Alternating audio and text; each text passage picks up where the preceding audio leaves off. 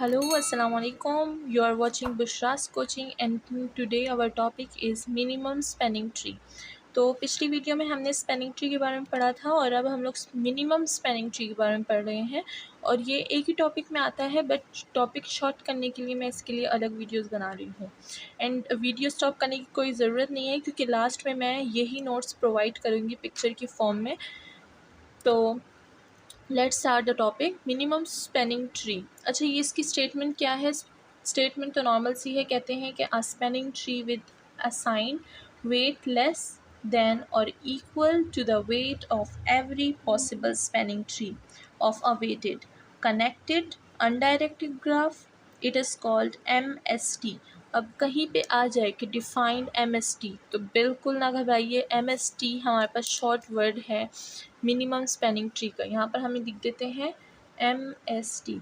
जब भी हम लोग MST के बारे में बात करते हैं तो या इसका मतलब है मिनिमम स्पेनिंग ट्री को याद किया जा रहा है। तो अब इसमें हमें दो चीज़ें कंफर्म बताई हैं, तीन चीज़ें बल्कि कंफर्म बताई हैं। कहते हैं एक तो ये वेटेड है, इसमें हमें वेट्स बताएंगे। पहले तो देखें, अब यहाँ पर मैंने एक एग्जांपल बनाई है।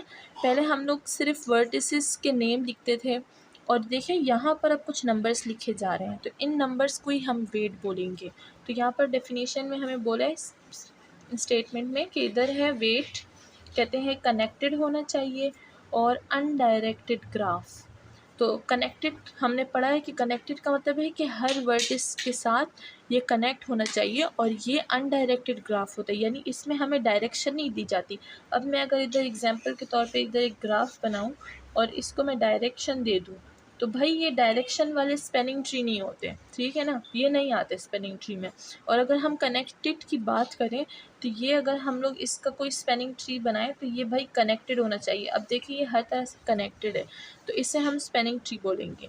तो अब यहाँ पर हमें तीन चीज़ें बता दी कि वेटेड होना चाहिए, भाई कनेक्टेड होना चाहिए और अनडायरेक्टेड भी होना चाहिए।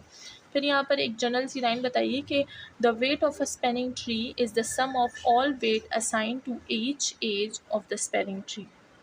ओके, तो भाई ये तो हमारे पेपर की थ्योरी हो गई। अब आगे क्या है? आगे है हमारे पास कुछ एग्जांपल्स।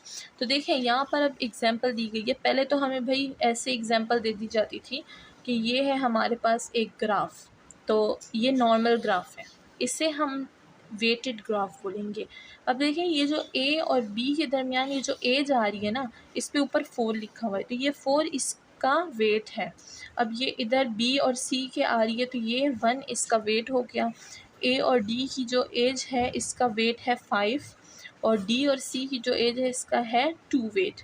इसी तरह देखें ये एक कॉम्प्लेक्स ग्राफ है जिसका हमें वेट दिया गया है और इसके हम लोग अब आगे स्पेनिंग ट्री फाइंड करते हैं। अब स्पेनिंग ट्री फाइंड करने के क्या तरीके हैं वो हम लोग नेक्स्ट वीडियो में पढ़ेंगे।